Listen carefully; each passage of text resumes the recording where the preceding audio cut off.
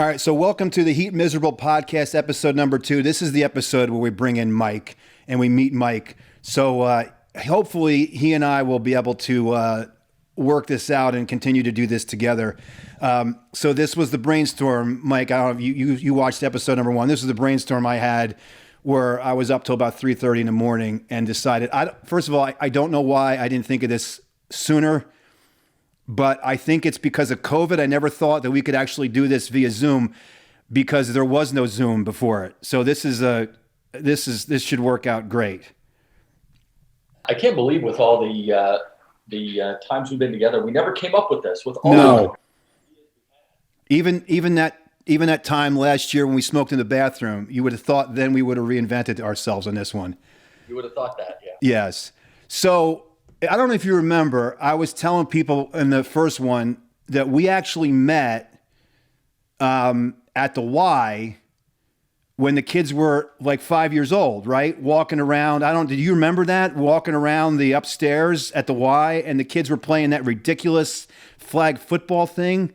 Do you remember that? We were walking the path upstairs and you guys were up there too. Yeah, I do. So yes, barely. I remember that. I remember the upstairs path that went around it, and the kids were off doing, I don't know, God knows what, right? So there's a couple of good stories that we have with our first year of being parents for flag football players, and there's a couple of them that I don't know if you even remember, but so Mike and I officially got together when the boys played flag football, and I don't remember. This was the first. So the first memory. So you and I hung out and watched practice, but do you remember the second game the kids ever had? So Shane, my son, was not really that keen on playing football. And the first one, it rained like a bastard the entire day, and the kids were there for an hour and a half. And he wanted to leave. And I told him, I said, listen, we came all the way here. We're not going to leave. Do you remember the second game we played? And he wanted to leave. He didn't want to play. I said, if you don't want to play, we're leaving. And we left at halftime. Do you remember that? I do. I do. Yeah, the first game, it was violent. They didn't even play, right? The first game? Oh, we played, but we were there like an hour and a half before kickoff. The kids were soaking wet. I remember going in that like field house with like 45, 5 and 6 year olds jammed in there to try to keep them warm. Yeah, I remember hiding in the car because it was raining so hard. Oh my God, yeah. And then, yeah, I do remember. I think the second game, the weather was nice, right? It was like early September, something like that. Yeah, but do you remember me leaving? Because I tell you, I don't know if you remember this. So you and I kind of connected, and I left at halftime. I was so pissed off at him, and I remember thinking, like, what the hell is he thinking of me? Because I'm like, if you're not going to play, we're out. And we went home. And I get home, and everybody's like, what are you doing? I'm like, he didn't want to play, so we just left. We just, off we went. Do you remember that? I remember it. I was a little surprised, right? Just because you're such a big fan of football, it was a very dad move to pull off, to just up and leave. So. Well, he never did it to me again. There is that one and him. When I told him, I got to tell you this another time. The time I told him that I'm not big on the phrase "my bad." That's another time. That's another lesson that he learned. He learned never to tell me that he wanted to leave. He never did again. So I got to ask you this. So your last name is Fouts. How many times in your life, because this happened the last time we were together, that somebody asked you if you're related to Dan? Well, I would say growing up and into like my mid-30s, it happened all the time. And then he kind of settled. Yeah, he was a broadcaster, and the visibility somewhere around that age, people kind of forgot that he played, and they knew him as a broadcaster as opposed to a player. So early in my life, it was all the time. I remember as a kid, my people calling the house asking for him. You know, it was when you had a corded phone, right? There was no caller ID or anything. People just call and ask for it. Like, well, no. So Mike and I have this joke where so we have this rule. Most men should have this rule about not getting your actual last name on the back of your jersey. And he showed up at a Super Bowl party with a Chargers jersey with Fouts on the back, and it was acceptable. Controversial, by the way, but that's legit. I'd like to remind you that's legit, right? If you now let's tell we probably there's probably one person listening. So for the one listener, if that, here's what it is. If you buy a Yankees jersey, right? You buy a Yankees jersey with the number 2 on the back, and you put your name on it. You might as well put Finkelstein on it. That's the running joke, right? Because A, the Yankees don't have names, and Jeter never had his name on the back. But I legitimately showed up to that Super Bowl with Dan Fouts, number 14, authentic jersey, which thus made it perfectly acceptable. So Finkelstein is the universal rule. I've told that story to many people. Of all the sports that I've covered, we've seen all kinds of different jerseys of people that have their own name on there. Where did the Finkelstein come from? Mike Greenberg. He made a passing reference on Mike and Mike in the Morning that he had gone to a Yankee game and saw a guy wearing a Derek Jeter jersey, and he had Finkelstein on the back of it. Mm-hmm. So that's where it came from. That was the reference. I've actually thought about the only other jersey that is acceptable. I actually should get a Vikings Finkelstein jersey, but I've seen when we did hockey, any of the Hanson brothers and any Griswold jersey, a Griswold 00 is gold. That's acceptable. How about that time we were in Baltimore and the guy had the punter jersey for the Steelers? Yeah, right. Right now so you should probably that's a gold mine. You should explore that. That trip was a gold mine of not only that was during Ben Roethlisberger's legal troubles, but yes, the punter wearing a punter jersey into an Irish pub, not a great idea. So this is a story. This is the story when you allegedly broke your thumb. I did break my thumb. Do you want to? Yeah, smashing it on the table. Do you remember you were yelling "F the Steelers"? I don't know if you remember that part. Yeah, that's right. I don't think you broke your thumb. I'm just letting you know on that one. I think I did. So my toe playing. I know a guy that broke his toe playing ping pong. I forgot about that one. That actually happened. I was wearing sandals and I slid into the wall. We had all that stuff set up because we were trying to keep the balls from going behind all the gear. That's when we use those flower pots as the, actually that takes me to the ping pong story, but that's when we had those flower pots set up there. That's when the anvil whacked Steve Tone in the ass with his ping pong paddle. That's right. We had to walk him home that night too. That was something. So one of the classic flag stories. So the kids it was their second year of flag, right? When we played ping pong. So Mike and I got into this thing where we decided that, we played ping pong like crazy all the time. So we were going to enter at the Allentown YMCA. We were going to enter a doubles tournament, which to be honest with you, I think we would have done well. I really think we would have done fine had we actually gotten to that point.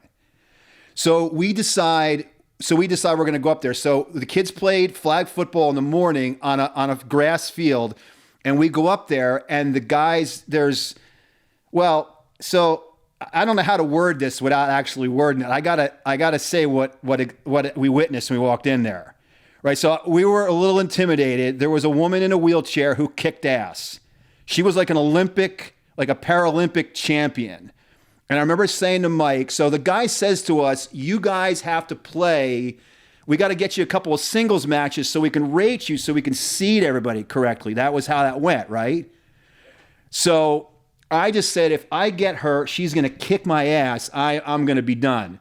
So we start playing, and did you win one of those? Yeah, I mean, so let's fill in a couple of blanks here for starters. First of all, when we walked in, for the most part, it looked like the Star Wars bar, right? That is correct. That is correct, yes. And so right away, we were a little bit intimidated. And so there was a woman in a wheelchair who was just destroying people, completely immobile in the wheelchair, destroying people.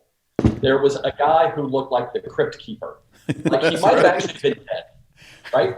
Long gray hair, very thin, but down to here. Probably hadn't been washed in a while. And then a guy holding a ping pong paddle in a manner that I had never seen before. That was the pencil grip. Pencil grip. Yeah. By the way, I drew both of those guys. Yes, you Right? did. Grip. I got the pencil grip guy and I got the crypt keeper. That's right. Yep.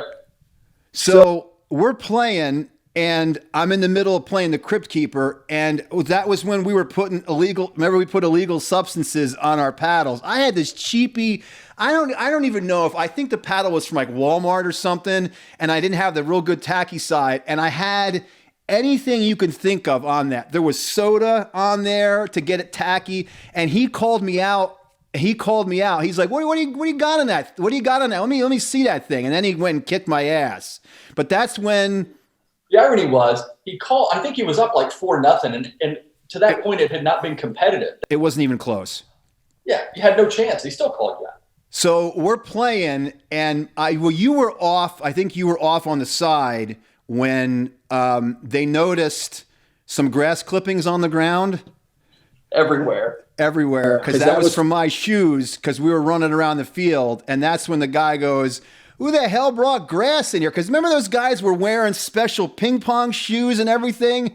I mean, it couldn't have been any worse. It really could not have gone any worse, other than had we played the lady in the wheelchair who was going to kill us. Pretty much 2 illiterate hillbillies showed up to play ping pong with these people who did it like every week with each other. They had all the gear. We had nothing.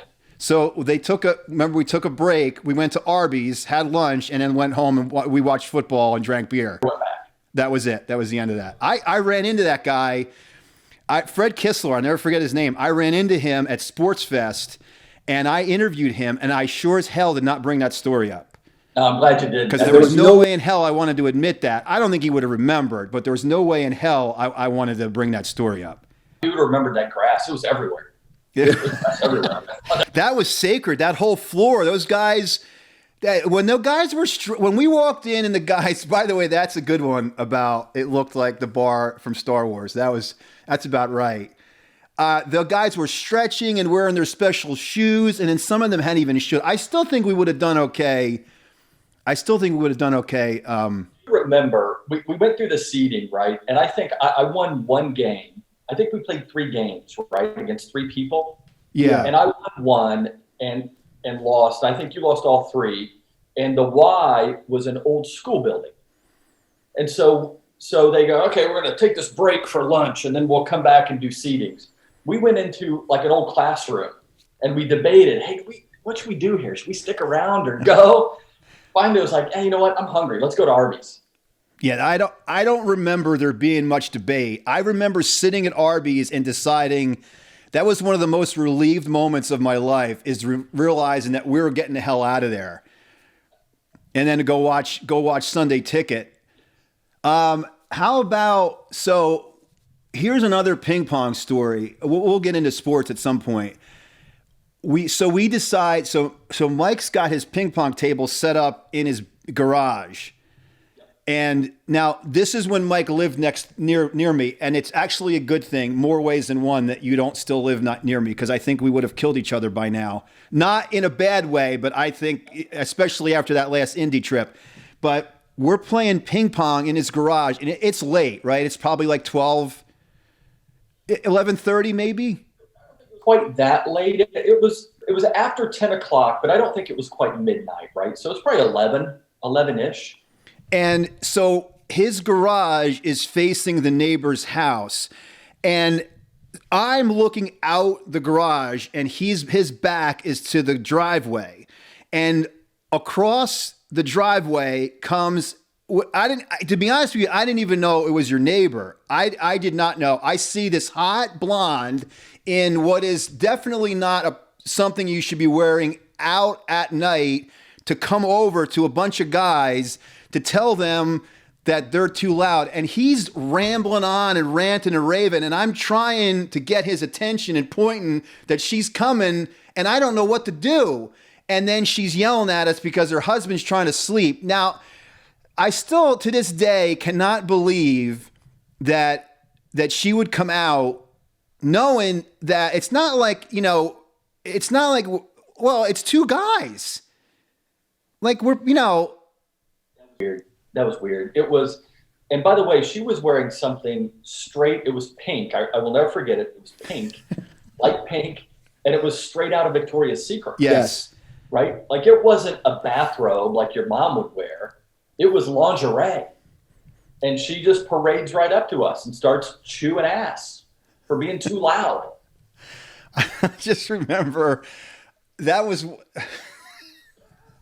not having, I didn't know what to do. I don't remember. I think we closed the door. I mean, she had a point, but that had to have been balls loud for us to be, because it had to have been full bore. The garage door open, so I'm sure it was like a giant megaphone just pushing all the sound out. Actually, other than the picnic that we'll talk about another time, when you gave me my mohawk, I'm surprised the cops weren't called in that one. I know. Yeah. That or burning a chair, plastic chair in a bonfire.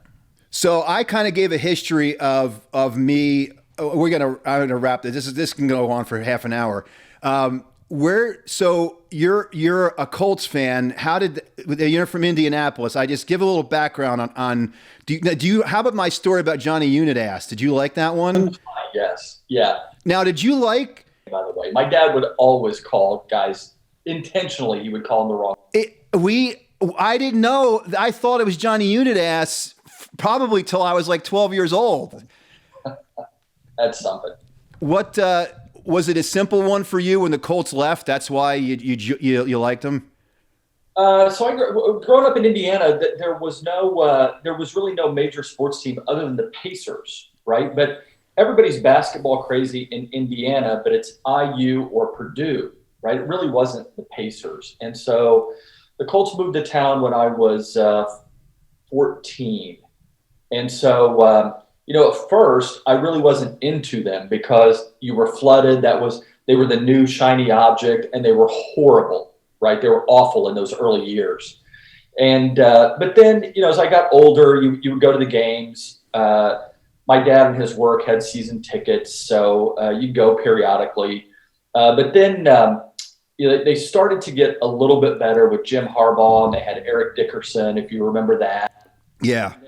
And we moved out east. We moved out to Pennsylvania, and that was a connection to home, right? The Colts were a real connection to home for me. So that's when I really you got away, and then I realized, gosh, I used to watch them all the time, and so we got the Sunday ticket, and they drafted Peyton Manning, and the next thing you know, it was a string of success. But that's the Colts heritage. Yeah, because I have never. I'm telling you, an expert. There's one thing that I'm an expert in. It's Vikings. I am never wrong when it comes to that. That story I was going to tell you. So I don't know if I ever told you this. So my joke, I remember the last time the Vikings were in the Super Bowl, I was 10, 77. And I said to my mom, like, it's never going to happen again. And it has not happened since, by the way. So the joke I had was that they will not win a Super Bowl as long as I live.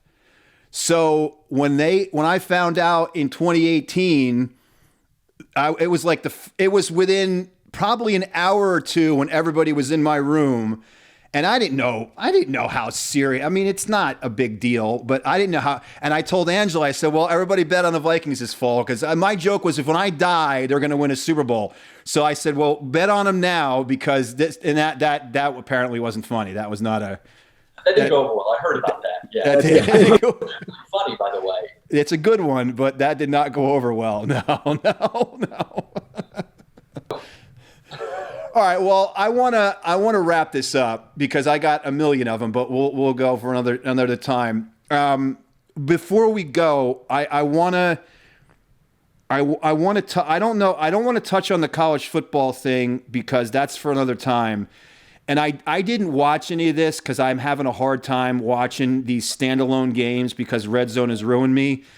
But what was your take on the ridiculous? Well, I call it the Bowl because it's been Buffalo.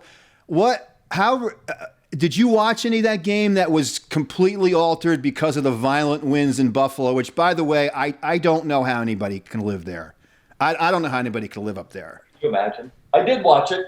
It was awful to watch. It was awful. It was like watching a high school game from when I went to high school. Nobody could throw the ball. Nobody could kick the ball. It was horrible. So I love weather in games. There has been some epic games. I don't know if that game that the Steelers played that year when their field was all tore up in the mud happened on a Monday. But like when you have a game like that, because the thing with wind, like you can simulate wet balls and buckets and you can kind of prepare for snow, I guess. But you can't simulate wind. You can't simulate that. You can't possibly have a gigantic fan. So my point is, I just want, like, that's a game that you don't, not that they can't, I don't want to postpone in games, but that's one that's going to hurt down the road. And it was awful because, and I know it's the whole thing that both teams are playing in it, but to me, that one with the wind, that's tough. Yeah, I agree. I'd rather have, the Colts played up there a few years ago and it snowed like a bastard, right? If you remember that, yeah. There was like a foot of snow. Yeah. Yes. Fine. That was pretty cool. But you could still, I thought that was a much better competitive game, but this one with the wind was horrible. Awful. Hey, did you know, I found this hit me last night. Did you know, and I think I'm right on this. This is where I just popped into my head. Do you know that you can't dream something that you haven't done already? Did you know that? Really? If you think about this, so here, let me tell you where I'm going with this. So I played football, but very briefly. I played like one game before I got hurt. And it was, I remember we did kickoff return, which was like a bunch of lunatics running down the field and a couple of pass plays.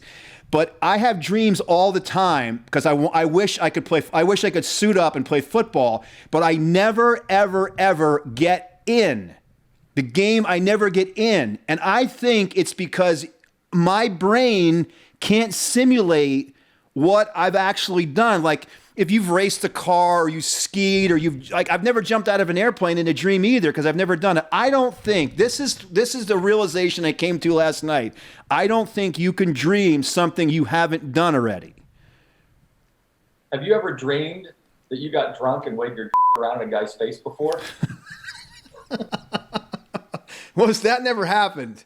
Well, okay, no, wait. First of all, I don't think that actually happened. I think it did. I don't think that. Well, that came out of nowhere. Dream that, then that's confirmation that. All right. Did you ever dream about ripping one in Corvallis and locking the windows so the guy couldn't breathe fresh air? Because that happened too. I've had that dream. Yeah, that one I've had. Listen, think about that. I really don't think you can dream. And by the way, no, I've never dreamt that because that's not something I ever wanted to dream again. I can tell you that. I've done that forget it. I'm not going to get into that. No. Just save that one for another episode. Another time. All right. Well, thanks.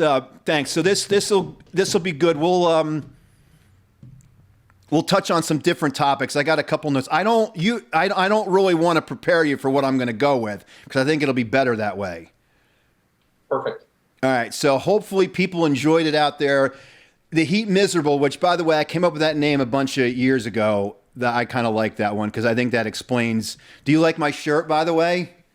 Yes. There's a story behind this one too, folks. I'm going to save it for another time. That I got to figure out how I can phrase that correctly without getting in trouble. What happened that night? But I was going through what do I want to wear, and I figured this is perfect. This gives me a chance to debut some of my shirts. All right, we'll see you next time, everybody.